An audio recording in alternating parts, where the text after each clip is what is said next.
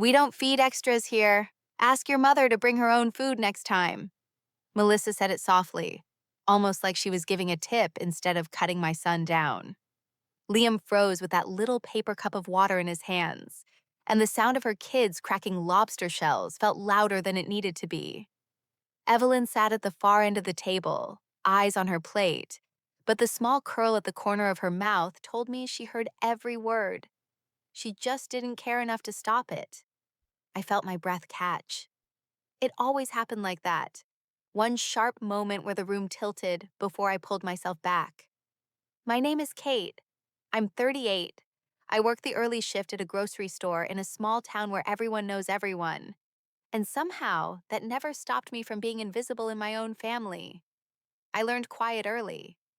I learned it from rooms like this. Liam looked at me as if I could fix something. I gave him a small nod, the kind that says keep going even when it stings. Melissa reached across the table to grab a plate for her daughter, eyes sliding past me like I wasn't standing there. Portion control is good for them, she said to her husband with a laugh. Some parents don't get that. It wasn't even the words. It was the way she smiled while saying them. I wanted to swallow it like I always did, but something inside pressed against my ribs. Watching Liam sit there with nothing but that cup of water felt different. I kept my voice steady when I whispered, "You're fine, sweetheart." But inside, it scraped hard. I've spent most of my life being the quiet one, the one who lets things slide, the one who doesn't want to make a scene. And maybe that's why Melissa never stopped. Maybe she knew I wouldn't fight back. Her husband, Dean, wiped butter from his fingers and chuckled. "Can't be raising strays," he said, not even looking at me. The table laughed like he'd said something clever. Liam's shoulders pulled in tight. I saw his lower lip tremble before he bit it down. Moments like this shape you. They turn into the kind of memories you don't talk about, but never really put down. Standing there, watching my own family treat my son like an uninvited guest, I felt that old, familiar ache settle behind my ribs. I paused a moment longer than I meant to, breathing slow so I wouldn't break the way they expected me to. And somewhere in that pause, I felt something else rise. Not anger, not yet, just a quiet, stubborn clarity. I've carried so many of these moments that I sometimes wonder who I'd be without them. And if you've ever stood in a room where your own family made you feel small, you probably understand why I hesitate before speaking. If this feels familiar to anyone listening, stay with me. There's more to this story than one cold dinner table. I watched Liam stare at the empty space in front of him, while the others dipped warm rolls in butter. He didn't ask for anything. He never does. That's what breaks me the most. He's learned the same silence I did, learned it too young. And as I stood there, I could feel the heat of shame spreading up my neck, not because of him, but because I let them treat us like this for so long. I picked up my purse slowly, trying to keep my hands from shaking. Melissa barely glanced up. "Leaving already?" she said, as if she couldn't imagine why. Evelyn leaned toward her then, covering her mouth with her hand like a teenager with a secret. She whispered something soft, and Melissa's eyes lifted right to mine. Both of them looked at me at the same exact moment. And the way they stared told me whatever came next was I drove home with the kind of quiet that feels heavy in the air. Liam sat beside me with his hands in his lap, staring out the window like the night had more answers than I did. When he sinks into silence like that, I know exactly what is happening inside him. It is the same quiet I used to carry home after every birthday Melissa stole, every gift she received first, every moment my mother looked at her like she glowed while I stood there trying not to disappear. I said, "We'll grab something to eat, okay? Anything you want." He nodded once without turning his head. That small movement made something twist inside me. I wanted to reach for his hand, but I also knew he needed space to breathe after what happened. I remember needing the same space when I was his age, but no one ever noticed that about me. Not once. While I drove, the old memories came back without asking. I saw the day Melissa got the larger bedroom because my mother said she needed room for her things. even though I had more books and clothes at the time. I saw the Christmas when Melissa unwrapped a new bike, and I got a sweater 2 sizes too big. I heard my mother's voice saying, "You always make things dramatic, Kate. Learn to manage with less." I learned it so well that sometimes I still wait for permission to take up space in my own life. Liam wiped his face with the sleeve of his jacket when he thought I was not looking. My chest tightened. I kept my voice soft when I said, "You didn't do anything wrong back there." He swallowed and stayed quiet. The hurt sits on kids in a way adults forget. But I remember. Every time my mother told Melissa she was the responsible one, I felt myself shrink. Every time she brushed off my feelings, I folded in a little more. Years of that creates a silence that follows you home, no matter how old you get. We picked up food, but Liam barely touched it.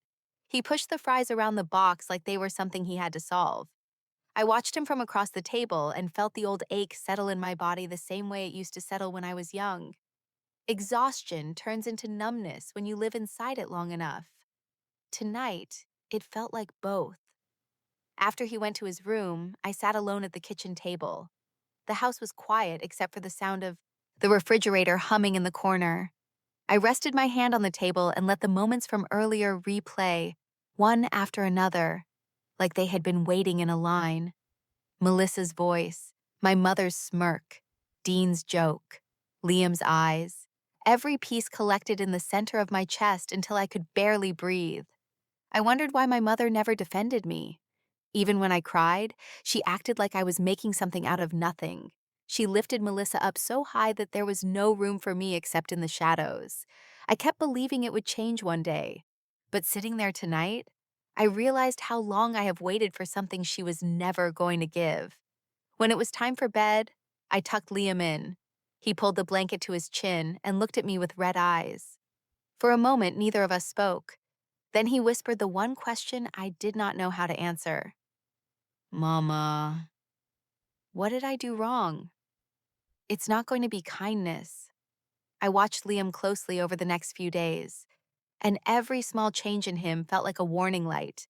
He walked slower in the mornings and kept his hood up even when the weather was warm. When I asked what he packed for lunch, he only shrugged. At night, he tried to stay awake longer, staring at the ceiling as if sleep might bring back the moment he wanted to forget. I knew that feeling. I lived inside it for years. It scared me to see it settling on him the same way it once settled on me. One afternoon, I drove past the school and saw him sitting alone on the edge of the lunch area. His sandwich was still in his hands, untouched, and his eyes kept scanning the tables like he was searching for a safe place. I parked and sat there for a moment because the sight hit me harder than I expected. When I was young, I did the same thing.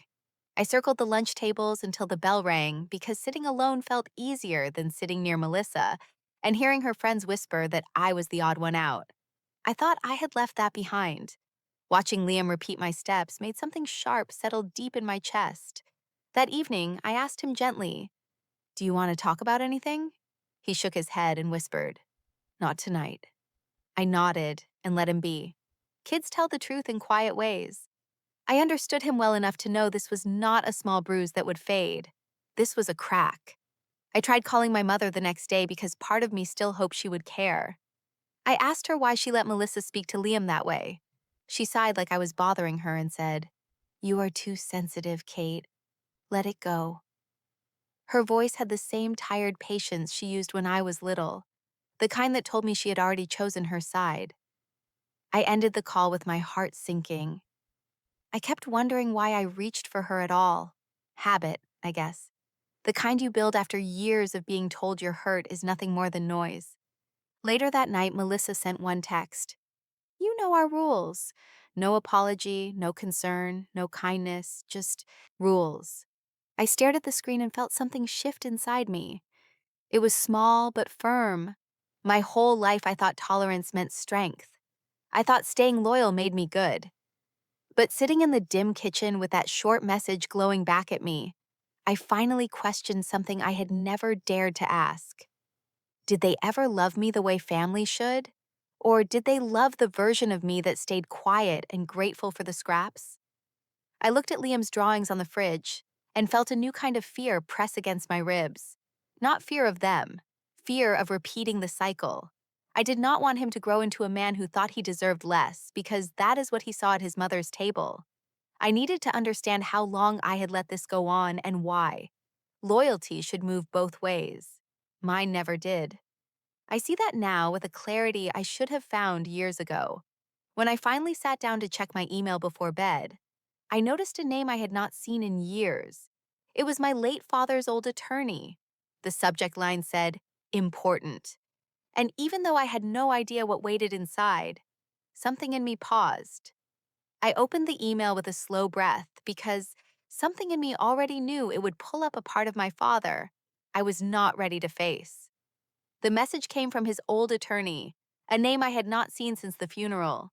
He wrote, "There is unresolved paperwork regarding a small parcel your father intended to divide fairly.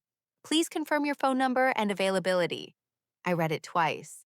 The land was barely worth anything, a few quiet acres outside town. But the fact that he tried to leave something for both his daughters made my chest tighten.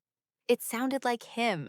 He always tried to even things out after my mother spent years tilting everything toward Melissa. I sat at the kitchen table and replied before I could overthink it.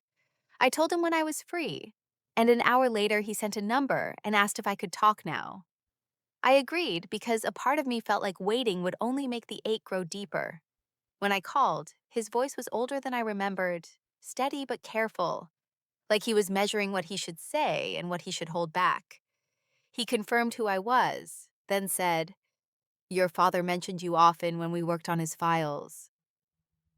I felt a small shift inside me when he said that, almost like a curtain pulled back on a memory I didn't know I still held. I kept my voice calm and asked what needed to be done. He talked about signatures, dates, old notes, nothing surprising. Then he hesitated. I heard it in the way he cleared his throat.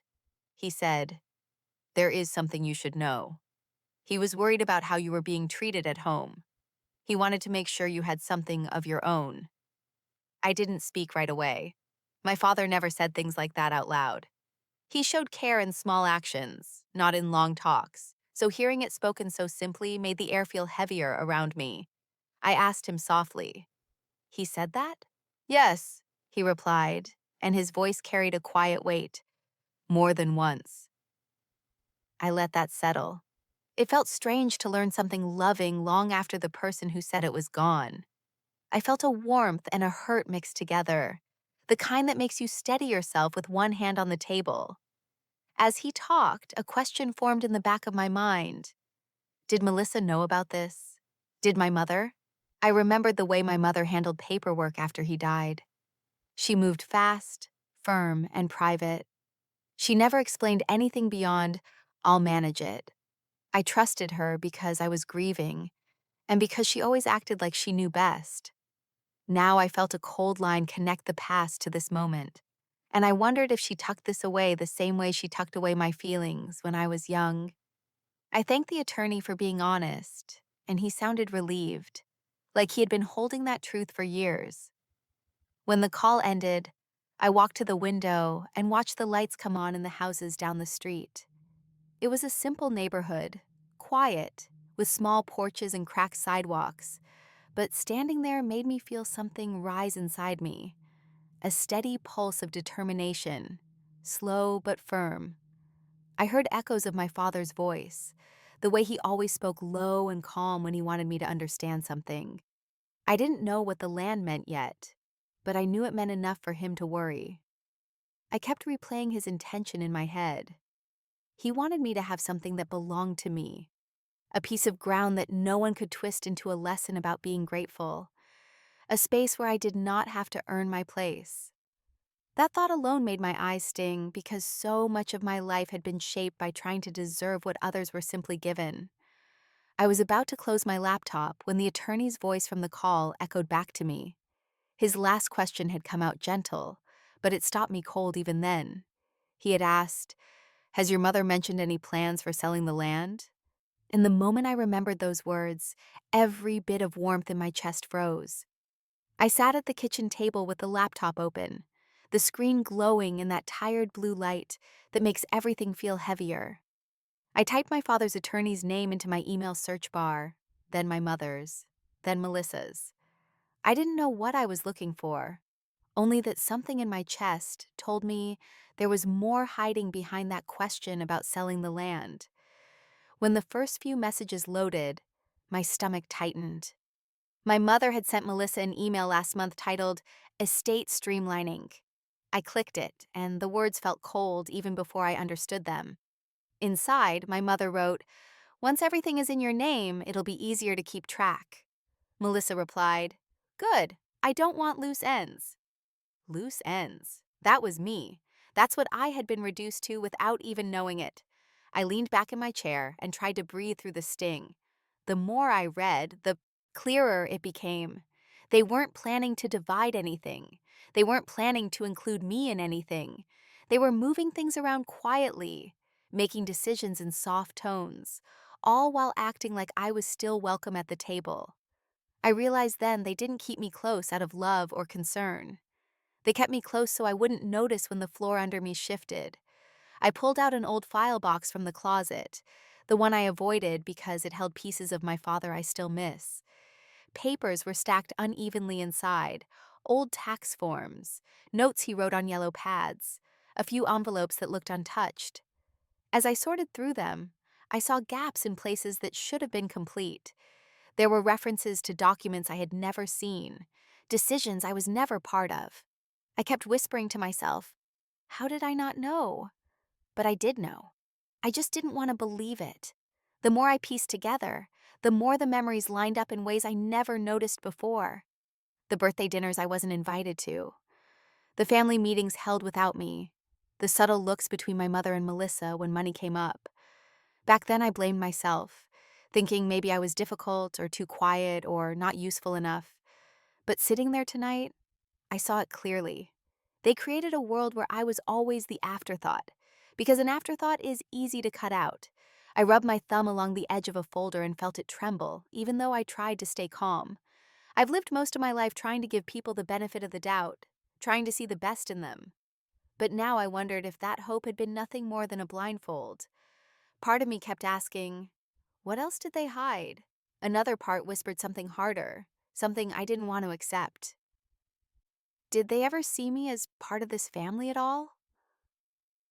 I paused for a long moment and let the question sit with me. I know some people go through years of silence before they finally see the truth. If anyone listening has ever felt that slow shift from confusion to clarity, I wonder how you made sense of it. Sometimes hearing how others saw their families helps you understand your own. I kept digging through the box because something inside me needed answers. I pushed aside envelopes until one caught my eye. It was cream-colored, thinner than the others, and the handwriting on the front was unmistakably my father's. My name was written across it in the steady, careful way he always wrote important things. But the top had been torn open, not by me. The rip was rough, rushed, the kind made by someone who didn't care what was inside. I stared at that jagged tear, and a chill moved through me so quietly, it almost felt like someone else's breath. The envelope was meant for me, yet someone else had opened it first. I held the torn envelope in my hands for a long moment before sliding the letter out. The paper wasn't even the original. It was a photocopy, slightly faded, but the handwriting was his. My father always pressed his pen a little too hard, so the letters looked firm, even in copies. At the top, he had written my name, not rushed, not careless, just steady the way he used to say things he meant. The first line made my throat tighten. I am worried your mother will change things after I'm gone. I read it twice because my mind struggled to accept that he put those words down, knowing he might not be able to explain them to me himself. He went on. I want you to stand strong if anything feels wrong.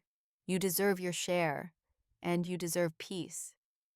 I felt something deep inside me shift, like an old wound finally speaking in a voice I remembered. He apologized next. I am sorry for the times I didn't protect you. I should have done more. My hand shook as I kept reading because I had never heard him say that out loud, even though I always felt the apology in the way he softened around me.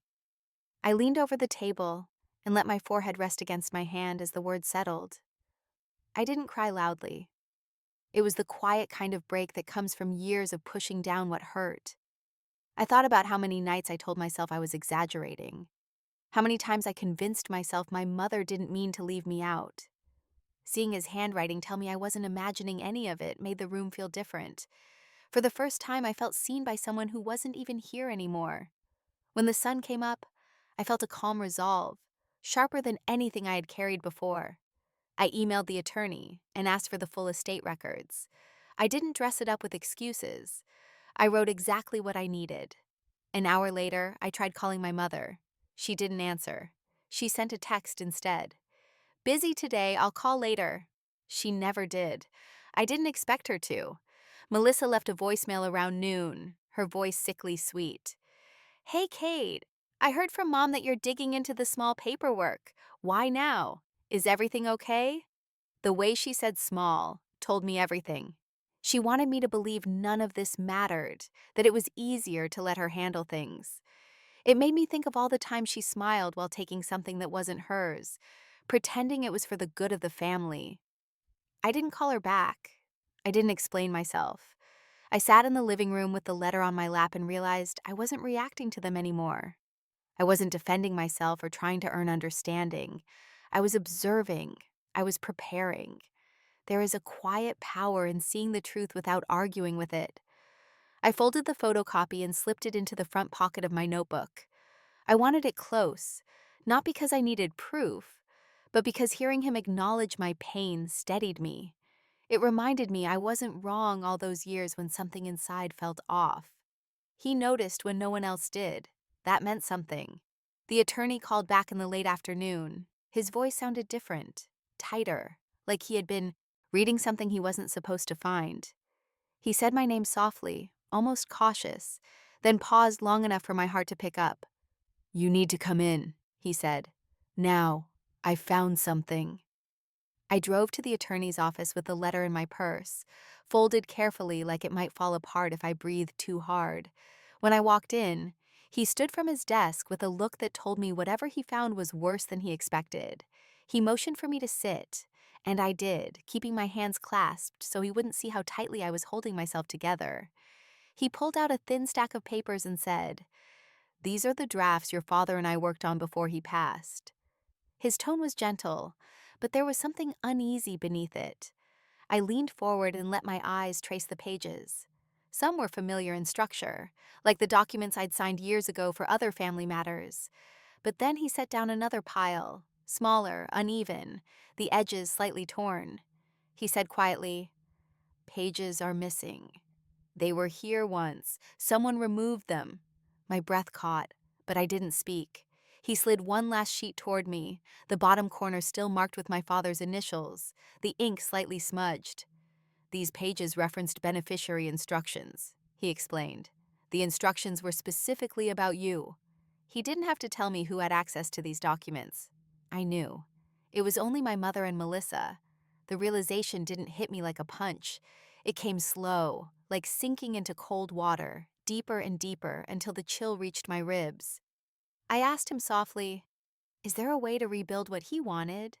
He nodded, folding his hands.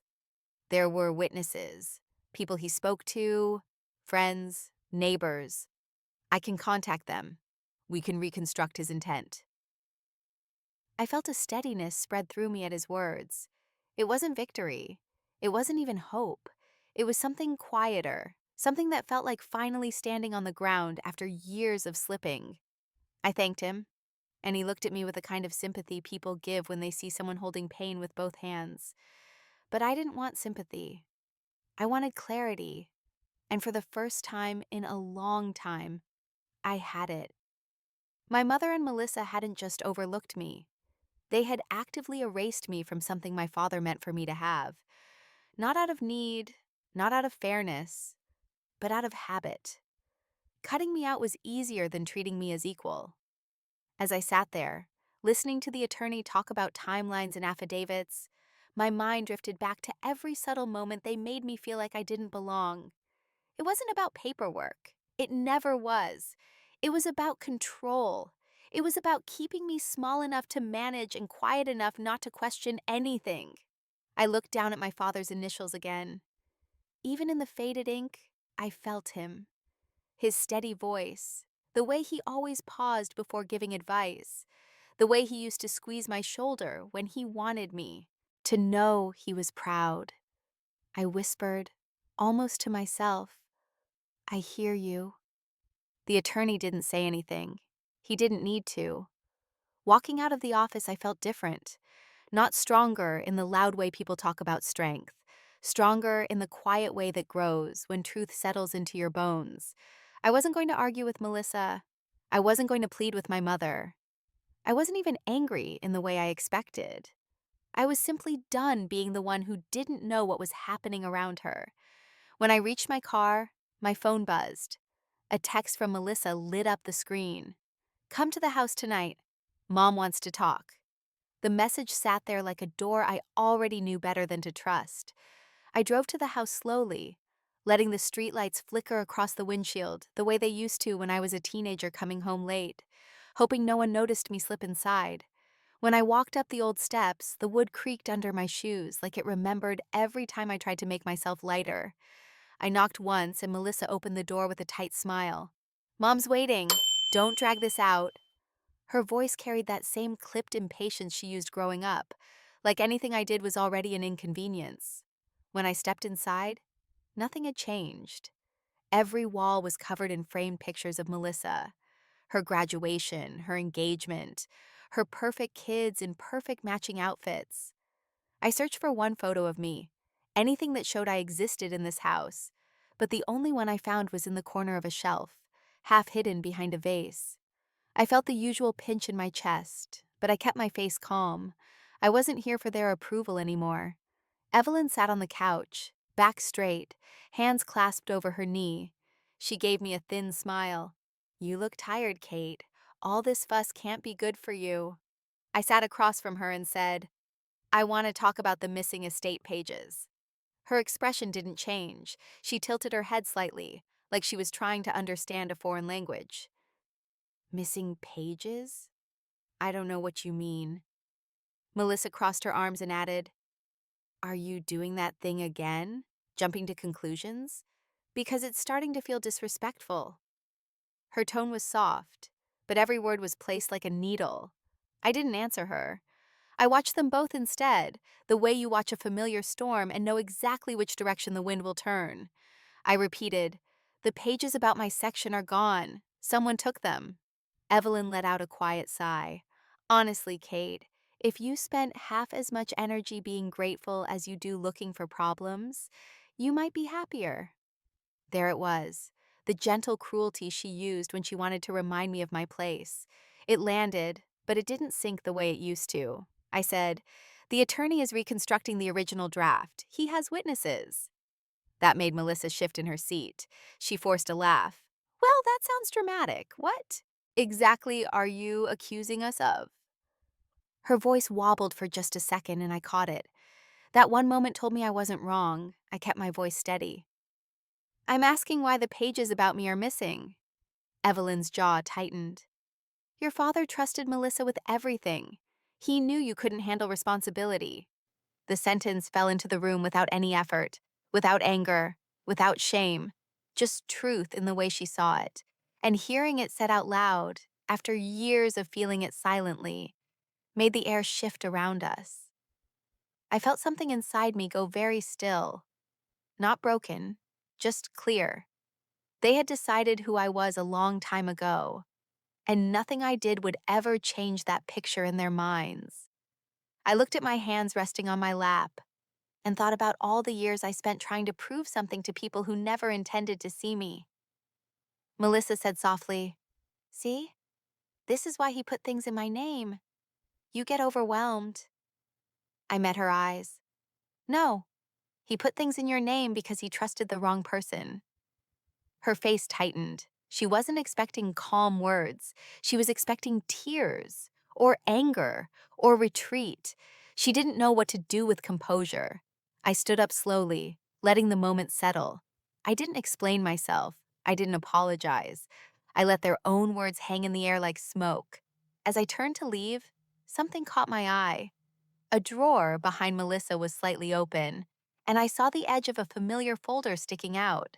The same color, the same thickness, the same type my father kept his estate files in. For the first time that night, my heartbeat picked up. I didn't reach for it, I didn't say a word, but I knew exactly what it was. I stayed standing for a moment, pretending to look at the photos on the wall while I waited for Melissa to step into the kitchen. She walked off with that quick clip stride she always used when she thought she was in control. The second I heard the faucet run, I turned toward the drawer. My heartbeat didn't race. My hands didn't shake. I just moved, calm and steady, like my body already knew what it was about to find. I walked to the drawer and pulled it open. The sound was soft, but it felt loud in that small, crowded room. Inside, on top of a stack of old receipts, were the missing pages. Folded, marked, hidden. My father's handwriting stared back at me, like it had been waiting for me to open this drawer for years. Behind me, Evelyn gasped. It wasn't fear. It was recognition. I didn't say a word. I lifted the pages slowly and placed them on the table.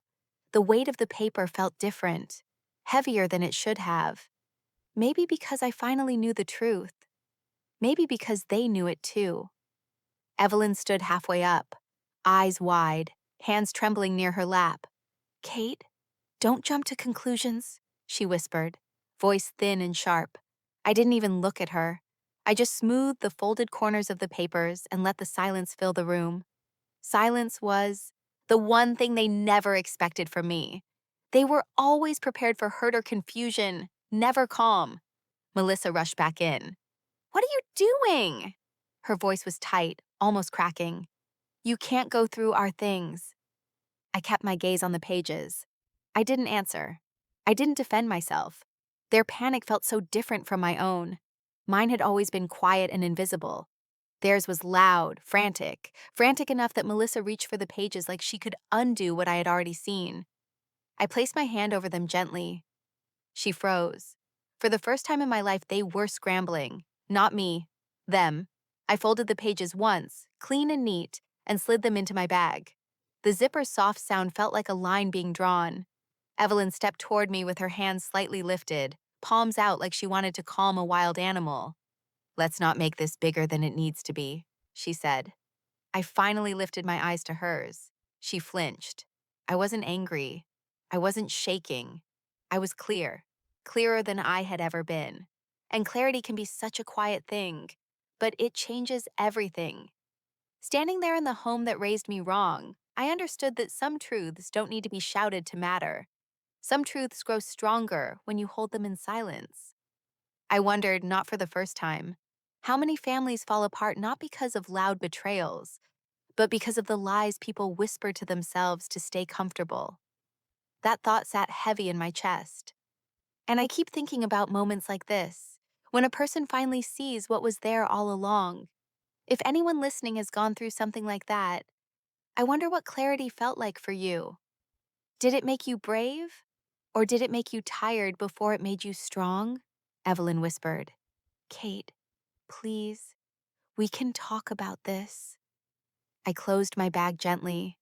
There's nothing to talk about. My voice didn't rise. It didn't bend. It just existed, steady and quiet. Melissa stepped closer, panic finally bleeding through her words. "If you take this to court, you'll destroy the family." I looked straight at her, and the calmness in me felt like the only honest thing in the room. "What family?" I sat across from the attorney again, the morning light catching the edge of his glasses as he reviewed the papers I had found. He sighed softly and said, "These are enough to re-establish your share." His voice was careful, but not doubtful. I felt something settle in me, a quiet recognition that my father's intentions were no longer trapped in someone else's version of the truth. I nodded and said, "So there's no question about what he wanted." He shook his head. "No question." For a moment, I let that sink in. I had lived so long being told I imagined everything, that I misread things, that I needed to calm down or stop being dramatic. Hearing someone finally say the reality out loud felt like I had stepped into a room with actual air. The attorney leaned forward. I still suggest mediation. It keeps things cleaner, and it gives your mother and sister a chance to resolve this without escalation. I looked at my hands in my lap. My fingers were steady. I'm not interested in gentle exits anymore. He didn't push back. He just watched me, as if he could see the shift in me without needing it explained. I wasn't out for revenge in the loud sense. I wasn't here to burn anything down. I just wanted the truth to stand on its own legs for once. I wanted what was mine, not because of money, but because of dignity. I told him, they hid this because they counted on me staying quiet. He nodded again. People do that when someone's silence has served them for a long time. I breathed slowly, letting his words settle in the corners of my mind. He was right. My silence had been useful to them. It let them feel right, even when they weren't. It let them stay comfortable, even when they were wrong. And I think part of me stayed quiet because I didn't want to admit how deeply it hurt. I asked, "What happens next?" He laid out the steps, simple, procedural, steady. I listened carefully. With every sentence, I felt myself becoming someone I didn't fully recognize yet. Someone who didn't just endure things, someone who acted, someone who no longer looked for the softest way through. When we finished, I stood up slowly. I could feel the weight in my chest shifting from heaviness to clarity. Not happiness, not relief, just clarity, the kind that makes your back straighten without trying. On the drive home, I replayed the last few days in my mind, finding the torn envelope, reading my father's words, holding the missing pages, watching Melissa panic, listening to Evelyn deny what was right in front of us. For so long, I thought being the quiet one meant being the weak one. Now I understood it meant something different. Quiet people don't break easily. We bend until bending no longer makes sense. And then we stand. When I walked back into my house, I sat at the table and opened my planner. I wrote down each step the attorney gave me. Not rushed, not angry, just focused. I wasn't planning some dramatic reveal. I didn't want that. I wanted a steady, dignified unraveling of every lie they had leaned on. They loved pretending things were fine. I would show them what fine actually looked like. Later, as I tucked the papers back into my bag, my phone buzzed. The attorney's number flashed on the screen. I picked up, expecting some follow-up detail. His voice was softer than before. "There's one more thing," he said. "Your father recorded a private message shortly before he passed." When the attorney placed the small recorder on the table, I felt my breath slow in my chest. He pressed play, then stepped back as if he understood I needed space. The room felt too quiet, too still, like the air knew what was coming before I did. Then I heard, is it my father's voice? "Kate, sweetheart, if you're hearing this, it means I didn't get the chance to say everything I wanted to say." My fingers tightened around the edge of my chair. His voice was softer than I remembered, roughened by age, but warm in the way only he ever sounded with me. I closed my eyes for a moment just to hold on to that warmth. He went on, "I worry about how things will play out. I know how your mother thinks. I know how Melissa follows her. I fear they'll try to erase you if I'm not here to stop it." Hearing him say the word erase made something deep in me fold inward. He had seen it, all of it. The quiet dismissals, the little cuts, the forgotten invitations. He had seen me disappearing in my own family and still tried to leave something that would pull me back into the light. He paused in the recording, breathing softly. "You've always been stronger than you know." The sound of his breath shook me more than his words. It carried the weight of a man trying to protect someone from a distance he never wanted. He continued, "Please don't let them decide your worth. Not ever. You deserve more than they gave you, more than they ever understood. Stand firm if things go wrong. Stand firm for yourself." I pressed my hand against my mouth. I didn't cry the way people cry in movies. No sobbing, no collapse. Just a quiet, steady hurt rising through me, like a tide I had held back for years. My father had always been the one who saw me, even when I didn't want to be seen. Now he was seeing me from the past, reaching across time in a way that made my chest ache. He said, "I'm proud of you. So proud. I wish I said it more." I opened my eyes because keeping them closed felt too heavy. The attorney watched from a respectful distance, his expression soft but contained. I was grateful for that. This wasn't a moment for anyone to fill with sympathy. The recording ended with my father whispering, "Don't forget who you are, Kate. Not again." The click of the recorder shutting off felt final, like a door closing behind a truth that could never be hidden again. I sat there for a long second, letting the quiet settle. It didn't suffocate me like it used to in my childhood home. This quiet felt like space, like breathing room, like the moment before a person decides to rise. I finally said, "Thank you for letting me hear it." The attorney nodded. He meant every word. I believed that. I felt it in my bones. My father had known exactly who I was, and exactly who they were. He had seen the whole storm before it ever broke. I leaned back slightly, letting the strength in his voice settle into my spine. My grief didn't feel weak anymore. It felt like a steady hand on my shoulder, a reminder that love didn't vanish just because someone else wanted it to. The attorney walked to his desk and opened a drawer. "There's something else," he said. I watched him pull out a sealed envelope, thick paper. My sister's name written across the front in my father's handwriting. Melissa. He held it out to me gently. "This," he said. When I opened the envelope with Melissa's name on it, I expected something cold or formal, something my father wrote out of duty. But the moment I unfolded the paper and saw the pressure of his handwriting, the tilt of certain letters, I felt a sting behind my eyes. He had written it with care, with fear, with love that had been pushed into corners for years. "Melissa," it began, "I hope you take these words seriously." I drew a slow breath, steadying myself as I read deeper. He wrote about her habits with money, how she shifted things around the family without asking, how she made decisions that benefited her and left others scrambling to adjust. I felt my heart drop as I read, "You've crossed lines that hurt people, even when they didn't speak up." He wasn't harsh, he wasn't cruel, but he didn't soften the truth either.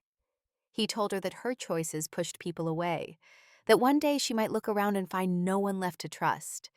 He was warning her the way a father warns someone he still hopes can change. Then came the part that made my hands shake. "Your sister loves you more than you know. Don't take advantage of that loyalty. Don't let your mother's habits become yours." The words felt heavier than anything I had read in a long time. I felt something old and tired inside me sit down quietly and exhale. All the years I spent trying to understand why Melissa treated me like a problem instead of a person. All the moments I excused her because she was my sister. He had seen it. He had seen all of it. I read the next line slowly. "If you continue down this path, you might lose her for good, and you will have no one to blame but yourself." My throat tightened. My father had never spoken to Melissa this directly in life. He always tried to keep the peace, but here he wasn't smoothing edges. He wasn't protecting her pride. He was telling her the truth in a way only a man nearing the end of his life would dare. At the bottom of the letter he wrote, "I pray you choose what's right instead of what's easy. If not, the consequences will come, and they'll be earned." I set the letter down and rested my hands on my lap. I felt a stillness move through me, a different kind of strength, one that didn't need shouting or proving, one that came from being finally, fully seen. I whispered, "You hid this." The realization opened like a quiet door. Evelyn knew this letter existed. She made sure Melissa never read it. She protected her even from the truth meant to save her. I felt no shock, only confirmation of something I had sensed for years. They kept shaping the world so I would always stand on the outside. But not anymore. I folded the letter carefully and placed it back in the envelope. My father's words stayed with me, settling into the center of my chest like a steady heartbeat. They weren't instructions for revenge. They were reminders of worth, of clarity. of the long, slow line between what is taken and what is reclaimed. My phone buzzed on the table. I picked it up and saw Melissa's message. Meet at the community hall. Bring whatever you think you have. I read it twice. Then I felt myself straighten, as if something inside me had finally clicked into place. When I pushed open the door to the community hall, the first thing I noticed was the sound. It wasn't loud. It was the kind of quiet that made every small movement echo. I took a step inside, and the soft click of the door behind me seemed to stretch across the whole room. Melissa and Evelyn were already seated at a long table in the center. They looked up at me at the same time, like they had rehearsed it. Melissa spoke first. So you came? Her voice was steady, but her eyes flicked toward my bag like she already feared what was inside it. I walked toward the table without answering. The room felt colder than it should have, the kind of cold that sits in empty places that used to matter to people. I set my bag down, unzipped it, and laid the documents out one by one. The pages looked small on the large wooden surface, but the weight of them filled the room. Evelyn leaned forward. What are you doing?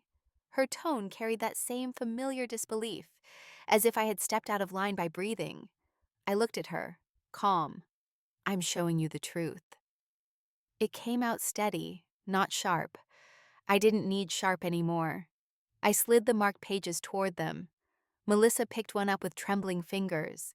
She scanned the notes, the signatures, the dates. Her jaw tightened. Where did you find these? I held her stare. Where you hid them? Her cheeks flushed, and she looked at Evelyn like she expected her to step in. My mother's voice dropped into that low, disappointed tone she always used when she wanted control. You don't understand how complicated things were. I let her words fall between us. I understand enough. I pulled out the recorder next. The moment they saw it, something shifted in both of their faces. Melissa leaned back slowly. Evelyn's breath caught for just a second before she forced a calm expression back onto her face. I pressed play. My father's voice filled the hall, soft but clear. Hearing him speak in this room, with them listening, felt like the world aligning itself in a way it should have years ago. His words carried the truth they tried so hard to bury. When the recording ended, Melissa's eyes were wide and wet. I didn't know he said that, she whispered, turning to Evelyn. You knew? You knew about this? Evelyn inhaled through her nose, slow and sharp. It wouldn't have helped anything. Your sister takes things too personally. I felt something inside me settle. They weren't united. They were exposed. Then I placed the letter on the table, the envelope with Melissa's name. She stared at it like it might burn her. Finally, she reached for it, hands shaking. She read in silence. I watched her shoulders slump, watched her swallow hard as she reached the part she couldn't spin or deny. This is your fault, she said to Evelyn, her voice cracking. You told me he didn't leave anything. You said none of it mattered. Evelyn closed her eyes as if she could shut the whole moment out. I did what I had to do to keep this family steady. I felt the truth rise in me, simple and quiet. You kept it steady for yourselves. I gathered the documents into one stack. I'll be restoring Dad's wishes. Legally. Everything will go through the proper channels now. Melissa's face fell. Evelyn's confidence drained like water through a cracked bowl. For a long moment, no one moved. Then Melissa whispered, barely audible, Please don't do this. I looked at her, and I let the silence say everything. The days that followed felt strangely calm, like the air after a storm, when the clouds haven't decided whether to break open again or drift away. I moved through each hour with a quiet focus, carrying the weight of everything I had revealed, everything they could no longer hide. My attorney worked quickly, faster than I expected. He told me the evidence left no room for arguing, no corner where they could twist the truth into something softer.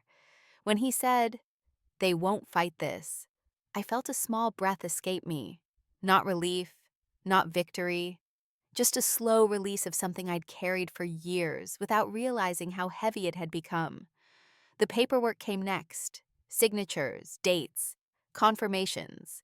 Each document felt like a piece of my life being placed back where it always should have been. My rightful share of the inheritance, my land rights, my seat at a table they never wanted to admit I belonged at. They had no choice now. The truth was its own witness. I didn't celebrate. I didn't call anyone. I didn't feel the rush people expect when justice comes. I only felt a steady quiet inside me, like someone finally closed a door that had been slamming in the wind for too long. My attorney looked at me when the final papers were signed. "How do you feel?" I paused before answering because I wanted to know for myself. "Settled?" I said. "Just settled." He nodded. "Sometimes that's the best ending." I walked out of his office into a soft gray afternoon. The sky looked washed out, the kind of sky that doesn't promise anything. I liked it that way. I didn't need promises. I needed space. I stood there for a moment, letting the quiet settle over me.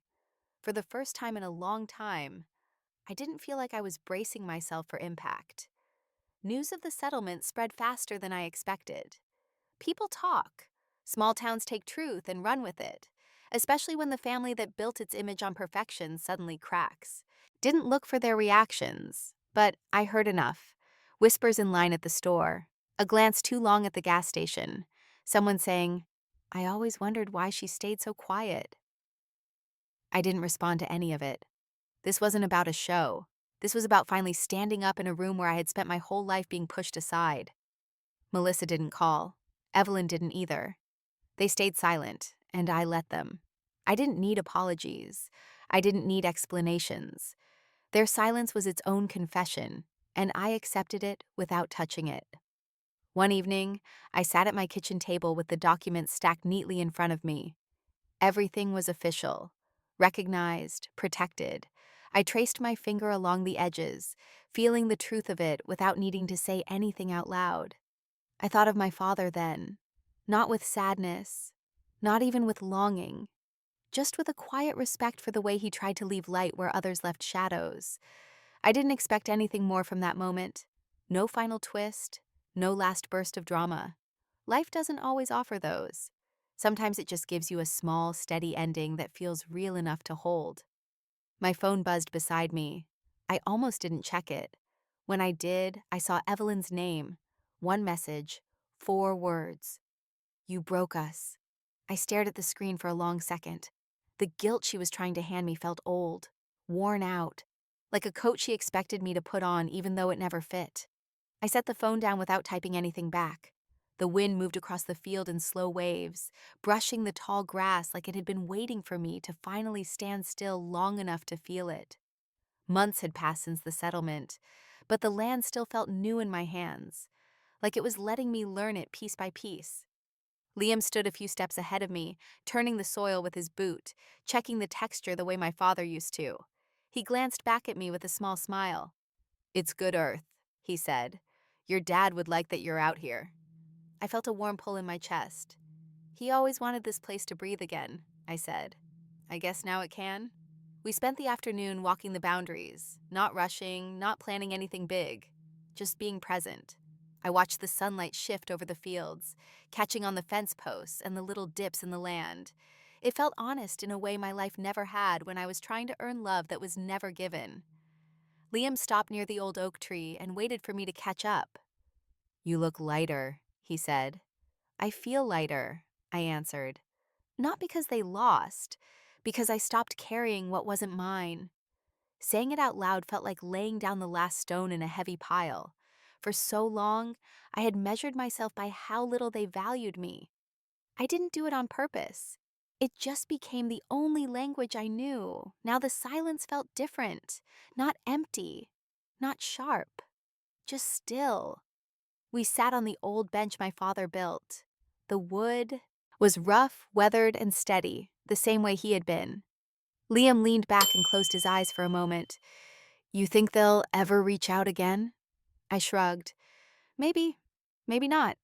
It doesn't matter now." He nodded. "Good. I'm glad you see that." I looked out over the acres stretching beyond us.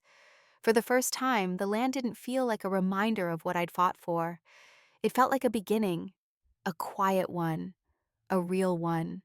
I thought about the months behind me, the fear, the hesitation, the shock of each betrayal, the way my heart twisted every time they tried to make me feel small. I didn't feel anger when I remembered it now, just a soft ache like touching a healed scar. Peace didn't come in one moment. It came in pieces. It came in mornings where I didn't wake up bracing for something hurtful. It came in nights where my thoughts were calm enough to let me sleep. It came in the quiet understanding that justice wasn't the loud slam of a door. Sometimes it was the absence of noise. As I sat there, I felt a warm gratitude rise in my chest. Not for what happened, but for where I landed. I knew I didn't get here alone. I knew people listening to my story held parts of it with me, felt pieces of it in their own lives. And in that soft gratitude, I found the words to say, if you've stayed with me through all this, thank you. Sharing this with you has reminded me that healing doesn't have to be loud to be real. And if it brings you even a little strength, I'm grateful for that too. Liam touched my hand. Not a claim, not a pull, just a quiet presence. What now? He asked. I build, I said, not to prove anything, just because I finally can. He smiled like he understood. We sat there, letting the daylight fold into a soft gold. The quiet didn't feel sharp anymore. It felt earned. I stood and walked a few steps into the open field. The grass brushed my legs. The air smelled clean. I felt the ground steady under my feet. For a long moment, I just breathed. Then I looked across my land, the land my father trusted me to care for, and whispered into the warm air, Dad, I finally learned how to feed myself.